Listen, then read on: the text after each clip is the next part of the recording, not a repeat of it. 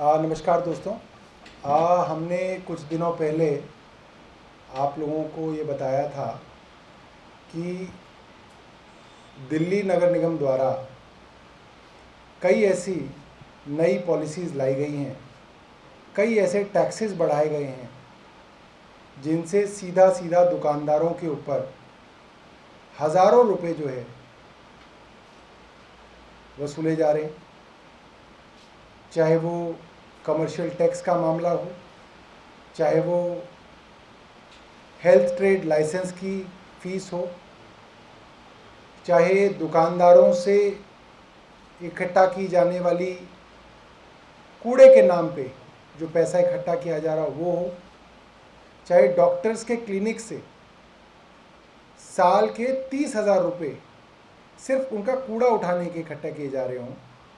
इन कारणों से दुकानदारों में और ख़ास करके बाज़ारों में एमसीडी से खासी नाराज़गी है और आम आदमी पार्टी के कार्यकर्ताओं ने और आम आदमी पार्टी के पार्षदों ने एक हस्ताक्षर अभियान की शुरुआत की थी कि हम अलग अलग बाज़ारों में जाके, अलग अलग इलाकों की दुकानों पे जाके दुकानदारों से हस्ताक्षर अभियान के अंदर हिस्सा लेने के लिए कहेंगे। और आज ये प्रेस वार्ता इसलिए है क्योंकि एक माइलस्टोन जो पार्टी ने रखा था कि 1 लाख हस्ताक्षर जब होंगे तो इस माइलस्टोन को हम कहेंगे कि हमने यहाँ पे पहुँचे हैं। तो 1 लाख दुकानदारों ने इस हस्ताक्षर अभियान के अंदर हिस्सा लिया है और ये अभियान आगे भी जारी है। और दुकानदार और डॉक्टर्स खुल के इस बात को कह रहे हैं कि जिस तरीके की लूटमार एमसीडी द्वारा की जा रही है, ऐसा लगता है कि भाजपा को ये यकीन हो गया है कि अब दोबारा एमसीडी में आना उनके लिए मुश्किल है। इसलिए जितना पैसा बटोरा जा सकता है वो पैसा जो है बटोरने की कार्रवाई चल रही है। अगर आपके पास कोई प्रश्न है तो आप प्रश्न पूछ सकते हैं। बहुत बहुत देखिए, ये बड़ी खुशी की बात है। आज मुख्यमंत्री जी ने भी कहा है कि अगर हमारे विरोधी जो हैं और अपोजिशन पार्टीज़ भी अगर दिल्ली सरकार की नीतियों की तारीफ़ कर रहे हैं और उनको लगता है आम आदमी पार्टी का जो विज़न है पंजाब को लेके वो एक अच्छा विज़न है, तो मुझे लगता है ये एक स्वागत योग्य बात है। ऐसी परंपरा होनी चाहिए डेमोक्रेसी के अंदर। हाँ जी, सिग्नेचर कैंपेन का आउटकम, ये अभी सिग्नेचर्स और इकट्ठे हो रहे हैं। इसके 2-3 आउटकम्स हैं। एक तो जनता का जो गुस्सा है उसको एक डॉक्यूमेंटेड फॉर्म में एमसीडी के अधिकारियों तक और एमसीडी के मेयर्स तक पहुंचाना और लोगों को इन गलत नीतियों के खिलाफ संगठित करना, ये इसका जो है मेन मोटिव है। और जैसे ही हम आगे पहुंचेंगे तो इन सिग्नेचर्स को सही जगह पहुंचाया जाएगा। आपका प्रश्न हरियाणा के मुख्यमंत्री जी के बारे में है।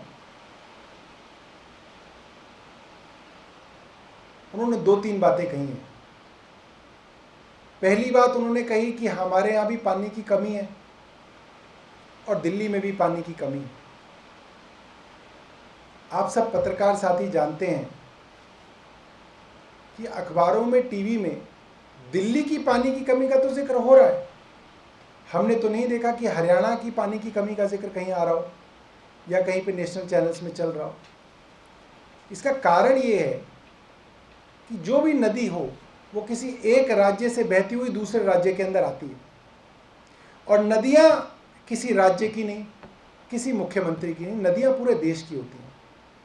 और अलग अलग वक्त पे इनके लिए एग्रीमेंट साइन होते हैं अलग अलग राज्यों में, एमओयूज़, कि किस नदी का कितने पानी के ऊपर किस राज्य का हक है। हरियाणा के पास फ़ायदा ये है कि जो नदी हरियाणा से बह के दिल्ली में आती है, अगर आप उसका पानी हरियाणा में रोक लेंगे तो जाहिर सी बात है यमुना का जो पानी दिल्ली में आ रहा है वहाँ पे पानी ख़त्म हो जाएगा और दिल्ली में पानी की कमी होगी। जो कि हमने अलग अलग माध्यमों से दिखाई भी। और ये डेटा है, डेटा गलत नहीं हो सकता, सरकारी डेटा गलत नहीं हो सकता। और इस डेटा के बिना पे हमने सुप्रीम कोर्ट के अंदर पिटीशन भी फाइल की। अब जैसे ही इनको पता चला कि सुप्रीम कोर्ट में पिटीशन है, तो इन्होंने वहां से पानी छोड़ना शुरू कर दिया, ताकि जब जिस दिन हियरिंग होगी उस दिन कहेंगे नहीं साहब पानी तो आ रहा है। तो इससे तरह से सिर्फ और सिर्फ लोगों को परेशान करना इनकी मंशा थी। अगर इनके पास पानी नहीं था तो ये पानी छोड़ नहीं पाते, और अब पानी छोड़ा है इसका मतलब जानबूझ के बदमाशी थी।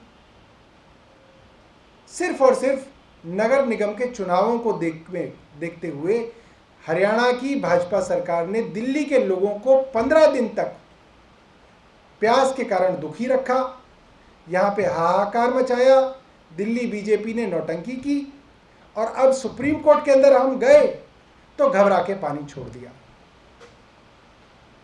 खट्टर जी को इस तरीके काम जो है वो शोभा नहीं देते, नहीं तो वो पूरा का पूरा डेटा सबके सामने रखें कि कितना पानी आता था दिल्ली में, कितना पानी वो दे रहे थे, और अब क्या कारण हुआ कि उनको पानी जो है हमारे लिए छोड़ना पड़ा।